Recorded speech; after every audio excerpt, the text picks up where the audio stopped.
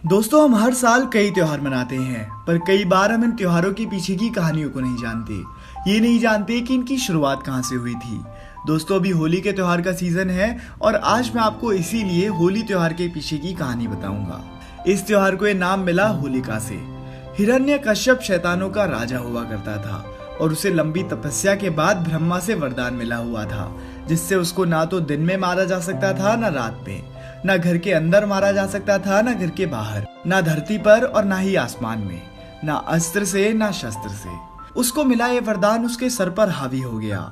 इसके बाद वो धरती और दूसरे युगों पर अटैक्स करने लगा। वो जहां जाता था सबसे कहता कि वो भगवानों की पूजा करना छोड़ दें और उसी को मानना शुरू कर दें। ऐसा बहुत समय तक चलता रहा। फिर उसको एक बेटा हुआ जिसका नाम रखा गया प्रहलाद। प्रहलाद शुरुआत से ही विष्णु को मानते थे और उन्हीं की पूजा भी करते थे। जब बाहर के लोग हिरण्यकश्यप की पूजा करते और उसका खुद का बेटा ही उसकी पूजा ना करता, तो इस बात से वो बहुत क्रोधित हो गया।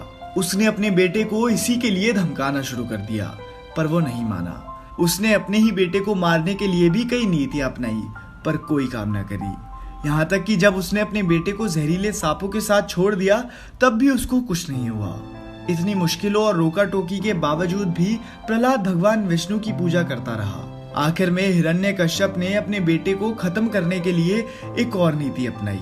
उसने अपनी राक्षसी बहन होलिका को कहा कि वो प्रहलाद को लेकर आग में बैठ जाए। होलिका ने एक चादर ओढ़ ली ताकि वो आग से बच जाए और प्रहलाद जल जाए, पर प्रहलाद के साथ विष्णु का साथ था। कुदरत की करनी तो देखो, वो चादर उड़कर होलिका से प्रहलाद पर आ गई और इसी वजह से होलिका जलकर भस्म हो गई और प्रहलाद बच गया। और इसी के बाद विष्णु ने आकर दिन और रात के बीच शाम के समय में हिरण्यकश्यप का भी अंत कर दिया।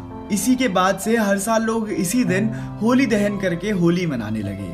और दोस्तों, हमारे अंदर ये भी सवाल आता है कि होली पर रंगों से ही क्यों खेलते हैं और रंगों से खेलना शुरू किसने करा था।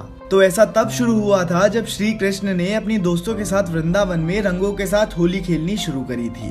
पुराने समय में रंगों को फूलों से बनाया जाता था और वो स्किन के लिए भी बहुत अच्छे होते थे, पर कुछ दशकों से इन रंगों को केमिकल से बनाया जाने लगा है, जिसके अनेक नुकसान होते हैं।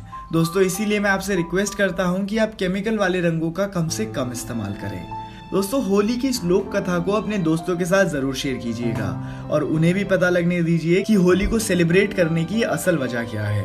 अगर आपको ये वीडियो पसंद आई हो तो आप इस वीडियो को लाइक करके हमारा मनोबल बढ़ा सकती हैं।